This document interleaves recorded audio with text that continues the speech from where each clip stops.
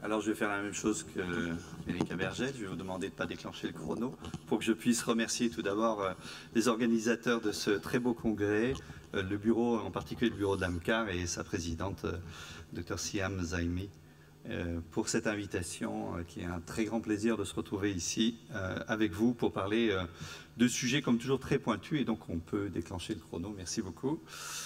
Donc je vais vous parler... Je vais vous parler des prothèses aortiques biologiques et donc de leur surveillance.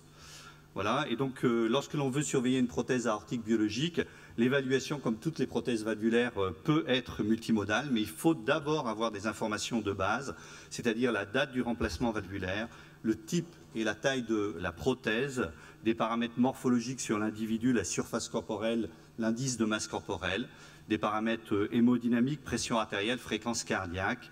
Bien sûr, il faut interroger le patient sur ses symptômes et vous pouvez le faire en même temps que l'échographie cardiaque. Et puis, il faut avoir les données hémodynamiques en échographie cardiaque lors de l'implantation ou peu de temps après l'implantation de la prothèse pour avoir une espèce de cartographie de cette prothèse. Bien sûr, dans la surveillance, c'est l'échographie qui est en première place, vous le savez. Échographie transthoracique, transœsophagienne, les modalités 2D et 3D maintenant. Et puis le scanner peut avoir une place, ce soit scanner injecté ou non, et ciné-scanner ou non, qui peuvent être très utiles pour l'évaluation des prothèses. En échographie cardiaque, le suivi après l'implantation de la prothèse, vous allez faire bien sûr l'échographie post-opératoire immédiate, mais la cartographie elle-même va se faire entre 2 et 6 mois après l'implantation de la prothèse, en fonction de vos délais de rendez-vous. Il faut revoir le patient au moins 1 an après la chirurgie et puis ensuite de façon annuelle, contrairement à ce qui était dit auparavant dans certaines recommandations, les bioprothèses doivent être suivies de manière annuelle comme les prothèses mécaniques. Pour la surveillance, tout d'abord, donc l'échographie transthoracique, vous allez surveiller la morphologie et c'est très important. La morphologie de la prothèse, l'aspect des feuillets, est-ce qu'ils sont fins ou épaissis, est-ce qu'il y a des zones de fibrose ou de calcification. Regardez bien le mouvement des feuillets, souvent c'est pas très facile pour la cusp en position antéro-gauche, mais il faut regarder ces feuillets. Il faut regarder l'aspect du flux couleur. Est-ce que vous avez un aspect de flux en diabolo qui signe une restriction d'ouverture? Est-ce que vous avez une fuite intra- ou périprothétique sur votre prothèse? Ensuite, l'échographie, l'équation de continuité. Il va falloir mesurer de façon très attentive la chambre de chasse. C'est difficile. La chambre de chasse, habituellement, sur les prothèses chirurgicales, c'est à peu près 1 mm en dessous de la taille de la prothèse implantée. Si vous êtes très en deçà ou très au-dessus de cette taille, il faut vous poser des questions sur la crédibilité ou la validité de votre mesure. Ensuite, vous allez placer votre échantillonnage Doppler pulsé dans la chambre de chasse, environ 1 cm au-dessus des feuillets valvulaires, mais c'est 1 cm au-dessus pendant la systole, pas pendant la diastole. Sinon, vous allez vous retrouver dans le flux d'accélération de la prothèse. Et puis, vous allez faire le flux transvalvulaire en Doppler continu, bien sûr, pour avoir la Vmax, le gradient moyen, l'ITV transvalvulaire. Donc, c'est bien une mesure pour la chambre de chasse, c'est le bord externe des montants de la prothèse, sauf éventuellement lorsque vous avez une corvalve ou évolute, où vous allez vous mettre à l'intérieur de cette prothèse. Il faut ensuite vous référer aux ABAC, pour avoir les valeurs qui sont attendues sur votre prothèse en termes de surface fonctionnelle indexée, de gradient moyen et d'indice de perméabilité. Vous trouverez ces données sur les références que je vous ai indiquées en bas.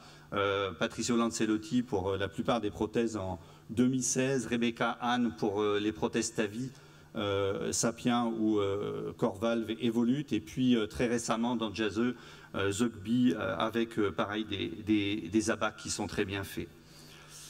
Et il faudra comparer donc la valeur que vous obtenez lors de l'évaluation de votre prothèse avec la valeur qui est donnée par les ABAC.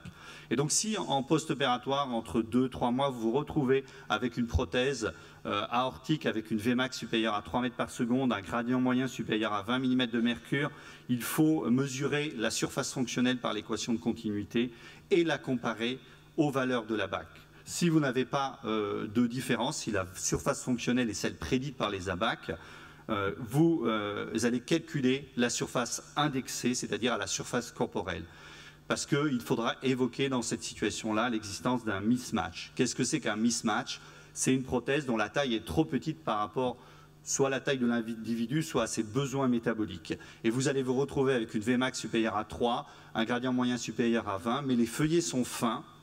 Vous n'avez pas d'anomalie de mobilité de ces feuillets, pas d'image de masse, et la surface valvulaire calculée, notamment lorsqu'elle est indexée à la surface corporelle, est petite. Quelles sont les valeurs? Les valeurs de mismatch modéré sont entre 0,85 et 0,66 pour une prothèse, pour un individu de surface corporelle normale, et inférieur à 0,65 lorsque vous avez un mismatch sévère. Si vous avez un individu qui a une surcharge pondérale importante, soit vous indexez à la taille de l'individu, c'est possible, soit vous utilisez les critères qui sont présentés ici, c'est-à-dire 0,70 à 0,56 pour un mismatch modéré et inférieur à 0,55 pour un mismatch sévère. Maintenant, on est plus à distance de l'implantation de la prothèse, 6 mois, 1 an ou 2 ans après. Vous retrouvez ces valeurs de Vmax et de gradient moyen qui sont anormaux. Vous comparez avec les valeurs de référence, la surface, vous apercevez qu'elle est diminuée. Vous regardez la surface qui avait été calculée initialement, vous la comparez avec celle que vous obtenez lors de votre examen. Et s'il y a vraiment une diminution de surface fonctionnelle et une diminution d'indice de perméabilité, vous suspectez à ce moment-là une dysfonction de bioprothèse, et vous avez différents types de dysfonctions. Vous avez la détérioration structurelle qui correspond à une atteinte intrinsèque permanente des feuillets valvulaires. Vous avez la détérioration non structurelle dont fait partie le mismatch, mais vous avez dû l'éliminer auparavant. Vous pouvez avoir aussi le panus, par exemple, ou les fuites périprothétiques. Vous avez les phénomènes de thrombose qu'on connaît très bien maintenant, et puis vous avez l'endocardite dont je ne reparlerai pas parce que le contexte est complètement différent. Alors quels sont les examens que vous utilisez? Je vous les ai déjà indiqués, mais vous avez ici les recommandations américaines. Classe 1, devant une suspicion de dysfonction de prothèse, vous utilisez l'échographie transthoracique en première intention et l'échographie transœsophagienne si besoin. Et en indication de classe 2A, vous pouvez utiliser l'échographie transœsophagienne et notamment avec les modalités 3D ou le scanner, ciné, scanner injecté ou non injecté, on y reviendra, pour essayer de déterminer quelle est la cause de la dysfonction. Donc une des premières étiologies que l'on connaît bien maintenant, c'est le thrombus. Il faut savoir que le thrombus peut survenir sur n'importe quel type de substitut valvulaire, mécanique bien entendu, bioprothèse chirurgicale, TAVI, valve-in-valve encore plus, mais également des substituts comme les techniques d'Ozaki et peut-être, mais ça je n'ai pas de données certaines, peut-être également sur des interventions de type Yacoub, Tyron David ou Ross. Je n'ai pas de données, donc je n'affirmerai pas cela. En tout cas, ce thrombus va apparaître de manière précocement, en général la première année. Il s'agit en échographie d'une masse hypoéchogène, comme vous pouvez voir. Je crois que je n'ai pas de flèche, donc je ne peux pas vous montrer, mais est-ce que je peux avoir la diapositive précédente, s'il vous plaît? Une masse hypoéchogène qui est située, merci beaucoup, qui est située sur le versant aortique de la valve aortique. Vous voyez là-bas complètement sur votre droite le rehaussement, la masse hypoéchogène ou isoéchogène, merci, ou isoéchogène sur les bioprothèses chirurgicales, sur le TAVI et tout au bout à gauche, c'est donc à droite, pardon, c'est un Ozaki. Cette masse hypoéchogène, elle peut avoir un retentissement sur le fonctionnement de la bioprothèse avec une réduction de mobilité des feuillets, ce qui est appelé le RLM par les Américains, et elle peut avoir un effet hémodynamique, mais vous pouvez avoir une dissociation entre les trois éléments. Et cet effet hémodynamique, il est défini par un gradient d'au moins 10 mm de mercure par rapport aux données de base et associé à une diminution de surface. C'est très important d'avoir aussi la diminution de surface, sinon il peut s'agir simplement d'un hyperdébit.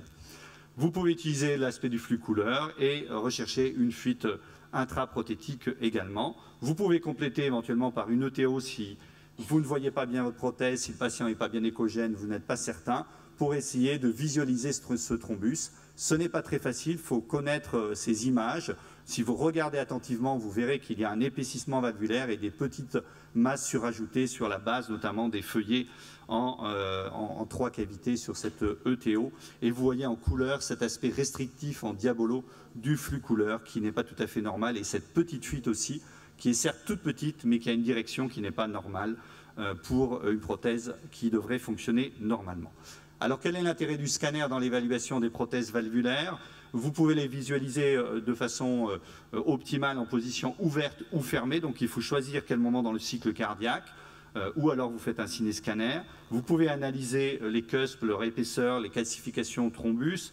Vous pouvez avec le scanner distinguer en théorie le thrombus et le panus. Vous pouvez analyser la mobilité des feuillets, dit squelette, l'orifice de fuite valvulaire, rechercher une pathologie périvalvulaire, en particulier dans l'endocardite.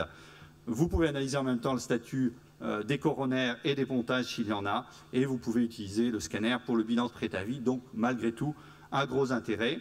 Vous voyez ici sur ces images les petites zones sombres qui sont surajoutées là encore sur le versant aortique de la valve aortique dans un TAVI avec, quand on analyse la densité, on a une densité qui est modérée, moins de 200 unités Hounsfield normalement, et vous voyez complètement sur la droite de l'écran, vous voyez cette grosse masse qui vient se loger à l'intérieur de la concavité de la cusp d'une valve, d'une chirurgie de type Ozaki.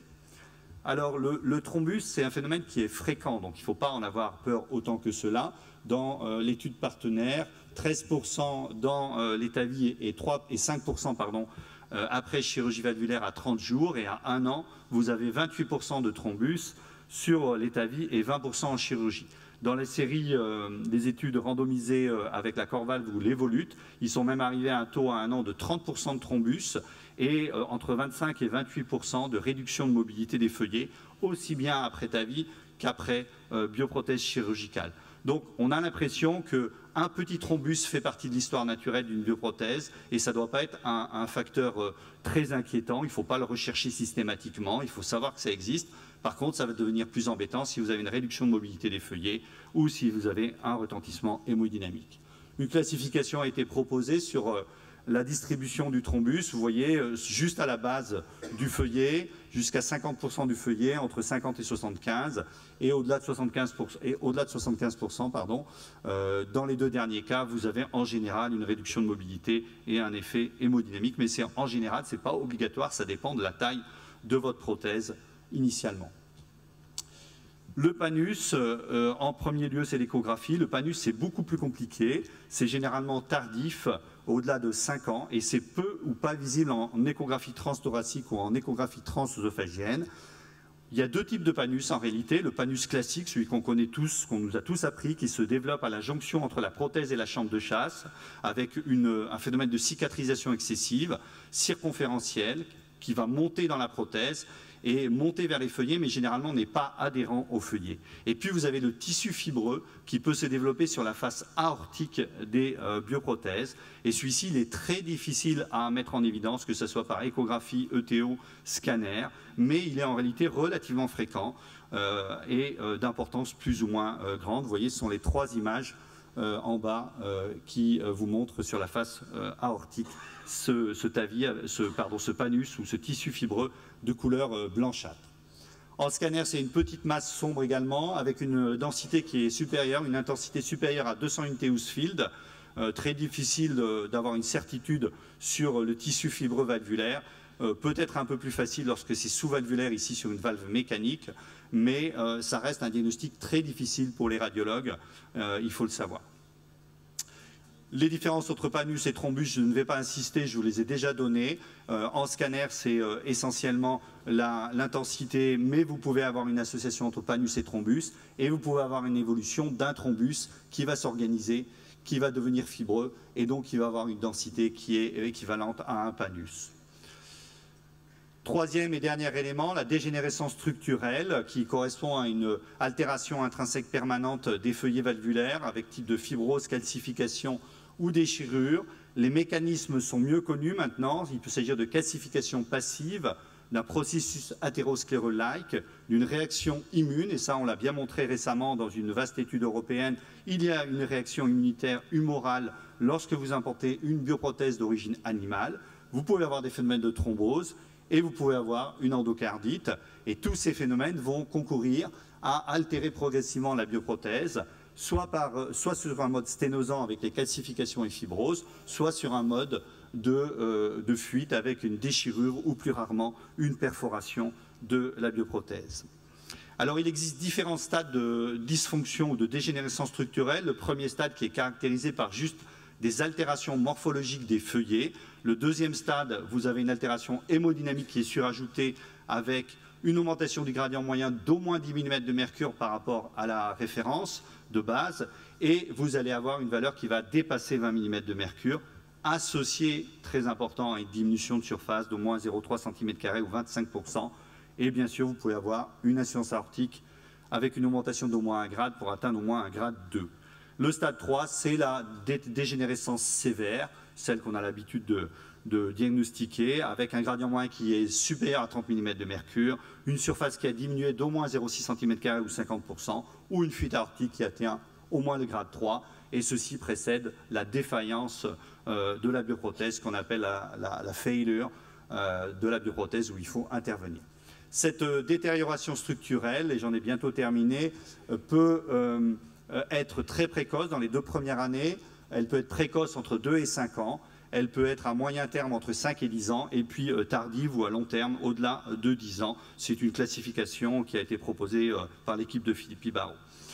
Alors, est-ce que le scanner peut avoir un intérêt sur la détérioration des bioprothèses? Oui, c'est un travail qu'on vient de publier, une série de 340 patients qui ont eu un scanner score calcique entre 6 mois et 21 ans après implantation de la bioprothèse. Et on a regardé, on a comparé les scanners in vivo et ex vivo. On a trouvé des valeurs qui étaient très proches, une très bonne corrélation. Et vous voyez qu'on a trouvé une valeur cutoff qui n'a rien à voir avec la valve aortique native, puisque pour avoir une bonne spécificité de dégénérescence structurelle diagnostiquée en échographie cardiaque, eh bien le score calcique c'est supérieur simplement à 100 pour une bioprothèse qui est dégénérée. Si vous voulez avoir une très bonne sensibilité mais une moins bonne spécificité, c'est 30. Donc vous voyez des scores calciques qui n'ont rien à voir. Et là encore, quand vous regardez le pronostic, c'est très intéressant parce que cette charge calcique apporte des informations pronostiques au devenir des patients. C'est le graphique d'en bas. Vous voyez plus de 50% d'événements à 10 ans.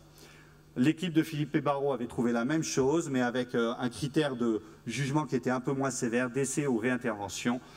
Et vous voyez l'augmentation progressive des événements en fonction du degré de calcification. J'en ai terminé. Le suivi des bioprothèses, c'est d'abord l'échographie cardiaque. Vous établissez la cartographie hémodynamique entre 2 et 6 mois, puis de façon annuelle.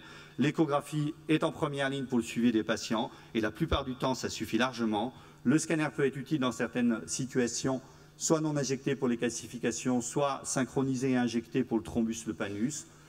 La dysfonction, si elle est précoce, il faut soupçonner, et il n'y a quasiment pas d'autre diagnostic en dehors du mismatch, il faut soupçonner le thrombus. À moyen terme, ça peut être et tardif, ça peut être du panus, ça peut être de la SVD, mais ça peut être aussi du thrombus tardif.